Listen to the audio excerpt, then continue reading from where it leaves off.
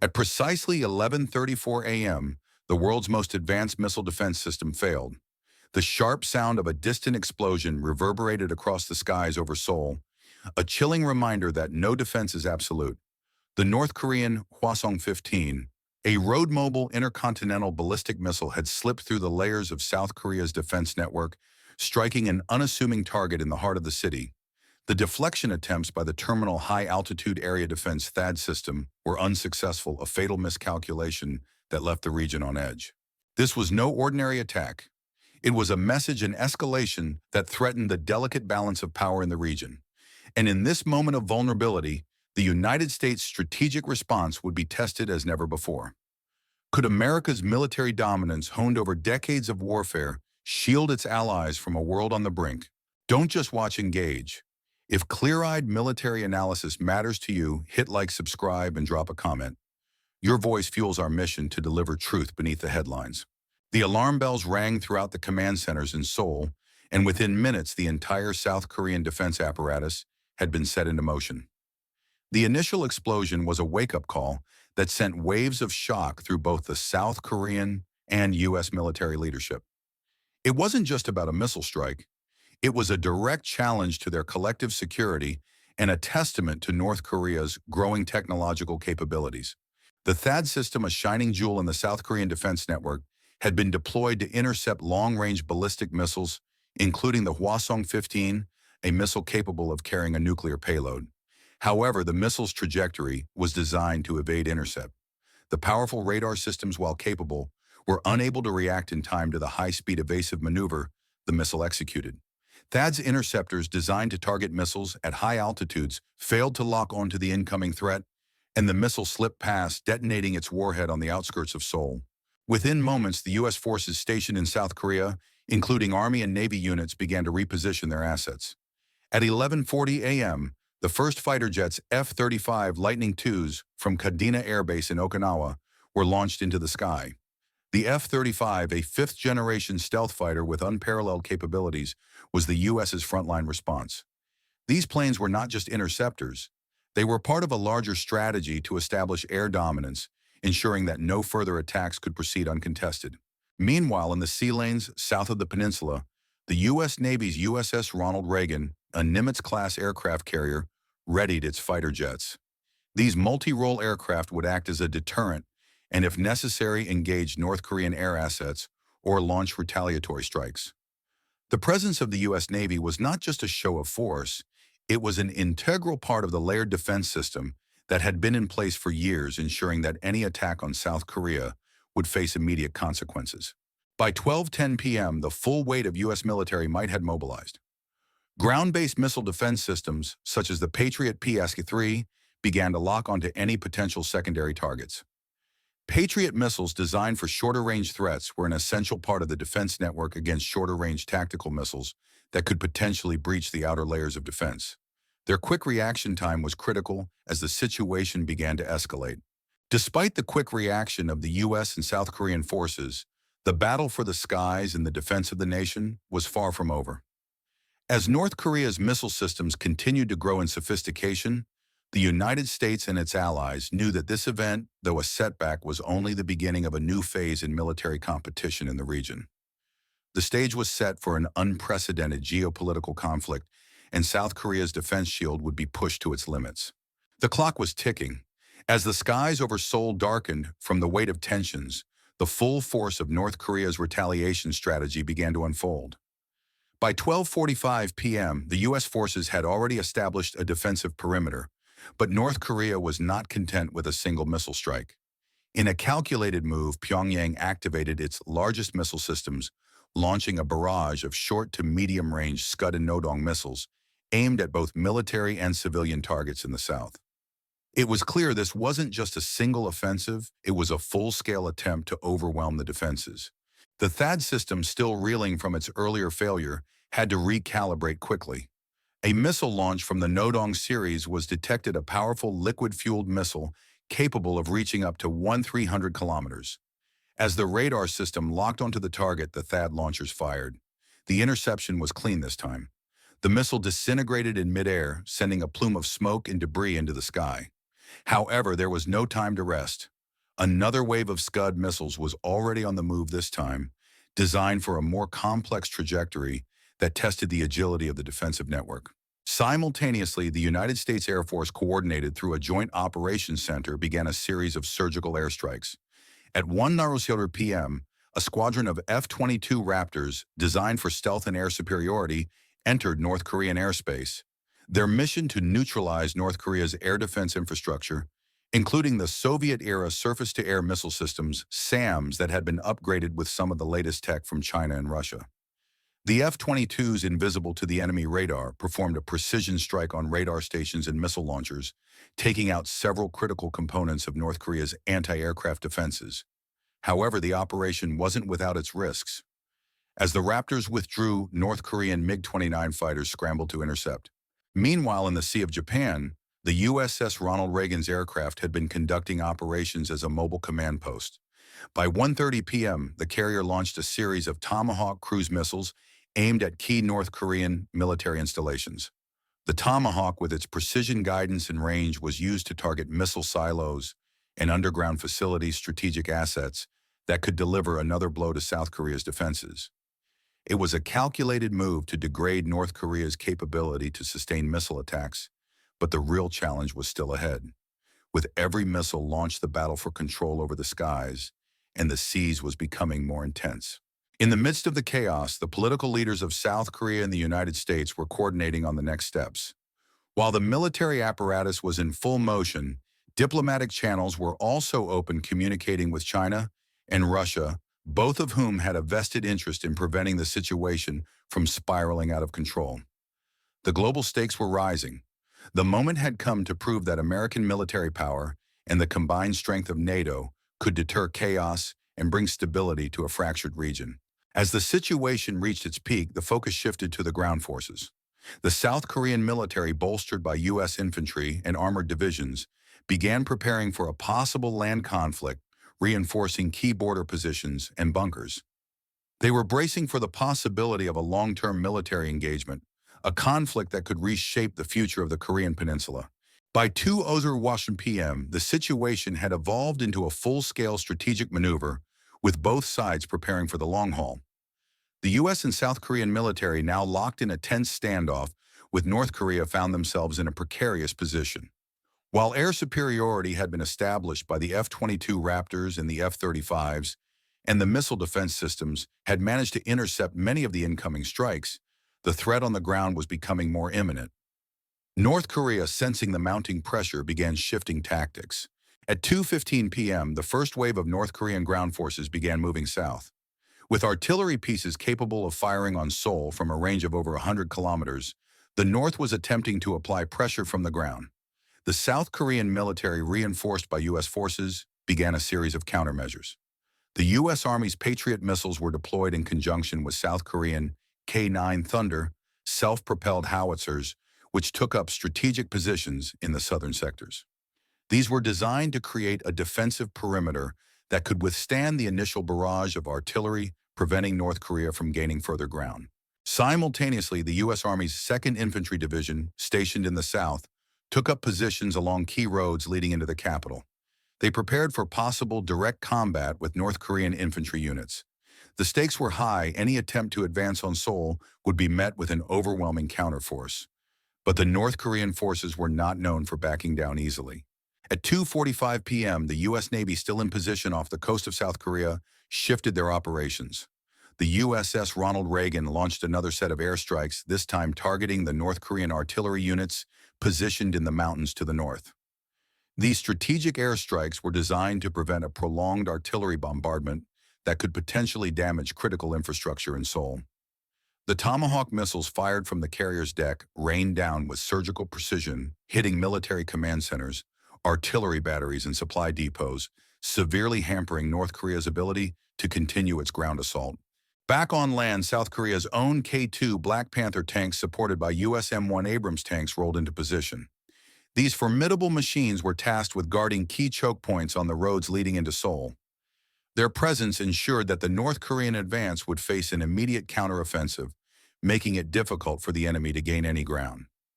As the tanks rumbled through the streets, the tension on the ground became palpable. Soldiers from both sides were preparing for the inevitable confrontation that could unfold within hours.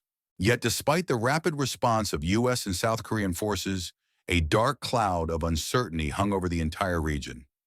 Could these military assets and strategies be enough to hold back North Korea's aggression? Or was the region headed towards a broader conflict that could involve more players, especially Russia and China, whose interests in the Korean Peninsula were as much about influence as military might? With every passing minute, it became clear that this crisis was not just about the Korean Peninsula, it was a global test of power strategy and the military prowess of the United States and its allies. The stakes had never been higher. The unpredictable nature of modern warfare had just been underscored. As the U.S. and South Korean forces continued to position their assets, the unexpected began to unfold. At exactly 3:30 p.m., a new layer of the conflict was introduced, an invisible war taking place far beyond the battlefield in cyberspace. North Korea, known for its cyber warfare capabilities, had silently activated a series of sophisticated digital weapons. For the first time, the physical battlefield would be met by an entirely new kind of assault cyber disruption.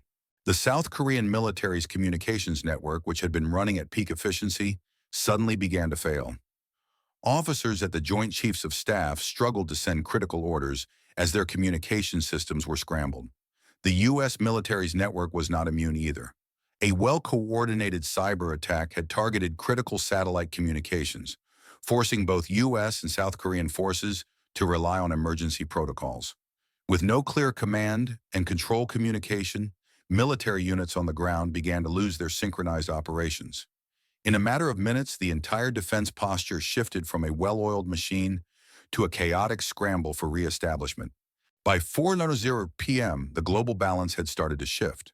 North Korea, not content with simply launching missiles or conventional artillery strikes, had deployed a full-scale digital offensive, using its elite cyber warfare units to launch a series of devastating hacks. South Korea's air defense systems, initially responsive to incoming missile threats, now found themselves unable to detect certain targets. The F-35s and F-22 Raptors, previously invincible in the skies, began to encounter false data being fed into their systems. They were seeing phantom targets decoys that led them on wild goose chases away from the actual threats. Meanwhile, the U.S. Navy's satellite navigation systems, vital for the accurate targeting of Tomahawk cruise missiles, began to malfunction. Precision-guided weapons, once the hallmark of America's technological advantage, now faced the uncertainty of disrupted GPS coordinates. The USS Ronald Reagan, which had been a vital pillar in the defense effort, suddenly found itself in a precarious situation. Without the capability to deploy its high-tech munitions with pinpoint accuracy, the carrier's aircraft were forced to rely on secondary targeting methods that increased their risk of failure. In Washington, the Pentagon scrambled to respond. While the U.S. Cyber Command began working feverishly to counterattack, there was a deep realization that this form of warfare had become a game-changer. What had begun as a conventional military conflict was rapidly turning into a multifaceted global confrontation, where technological supremacy was just as crucial as boots on the ground or fighter jets in the air. But the cyber strike was only the first twist. By 4:30 p.m., something even more unexpected happened. As if on cue, China began to move. Though it had remained neutral in the conflict so far, Beijing's actions spoke volumes. A fleet of Chinese warships operating under the guise of international waters began to advance closer to the Korean Peninsula. On the surface, it appeared to be nothing more than a standard military exercise until the first Chinese air patrols crossed into South Korea's Air Defense Identification Zone (ADIZ). The Chinese move caught the U.S. off guard, forcing Washington to consider whether this was an opportunity to assert influence or a deliberate provocation meant to test the waters. The escalation was clear. If China was to actively intervene in the conflict, the balance of power would dramatically shift. While it remained unclear whether this was a coordinated response to the situation or a strategic maneuver designed to showcase Beijing's growing military assertiveness, the possibility of a China-South Korea-U.S. confrontation loomed large. With the cyber attack still wreaking havoc and China's moves in the region complicating the situation, the geopolitical landscape had changed in an instant. This was no longer just a battle for the Korean Peninsula. It was shaping up to be a global conflict involving not just North Korea and the US, but major powers with competing interests. The stage was set for a broader military escalation, and no one knew what the next hour would bring. As the twist continued to unfold, the question remained, could the United States and its allies restore the balance, or had the global order entered a new phase of unpredictable and volatile power plays? As the crisis deepened, it became evident that this was not simply a regional conflict over the Korean Peninsula. It was a reflection of a much broader shift in global military dynamics. The combination of North Korea's missile strikes, cyber warfare tactics, and the unexpected Chinese involvement had escalated the situation into an all-out test of military power influence and geopolitical stability. The strategic landscape had changed dramatically, and with every passing hour, the stakes climbed higher. From a military standpoint, the events highlighted the growing importance of integrated multi-domain warfare. The initial reliance on traditional missile defense systems like THAAD and Patriot PAC-3 had shown their limits when facing unconventional tactics, such as North Korea's cyber assault. While the missile defense systems had worked to intercept many of the conventional threats, the failure of digital defenses proved that modern militaries could no longer afford to focus on just one domain. Air, land, sea, and space all must be synchronized to respond to the evolving nature of warfare. In this case, it was clear that a failure in cyber defense had resulted in a direct challenge to the technological superiority of the United States and its allies. The U.S. response to the cyber attack was swift, but it revealed a significant gap in the ability to fight an all-encompassing digital war. U.S. Cyber Command moved quickly to neutralize the threat, but the effects of the disruption had already taken their toll. Key satellite systems had been knocked offline, fighter jets were misdirected, and ground command centers were operating with outdated data.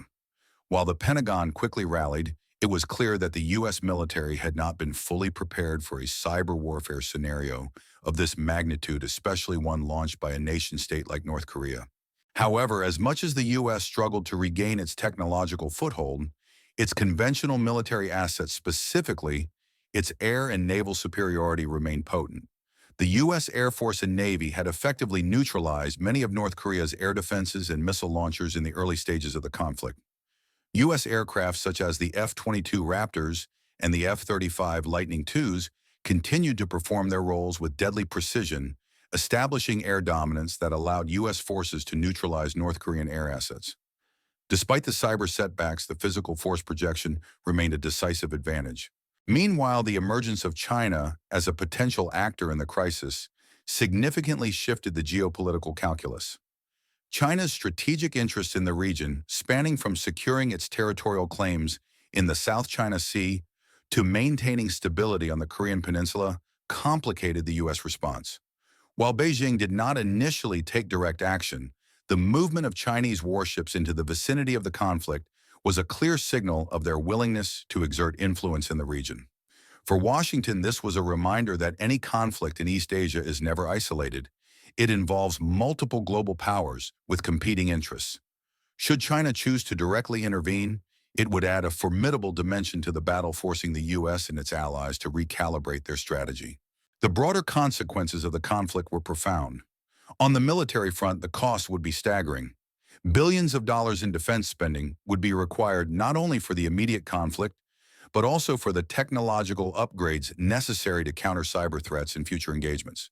The United States would need to bolster its cyber defenses, ensuring that its advanced military systems were protected against future digital disruptions. Additionally, a sustained presence in the region, both on the ground and in the air, would require strategic shifts in force deployment and logistics. On the geopolitical front, the Korean Peninsula remained the most vulnerable point. Despite the U.S. military's overwhelming firepower, the political and economic consequences of an extended conflict would be far-reaching. China's involvement, should it escalate, could polarize the region into opposing blocs.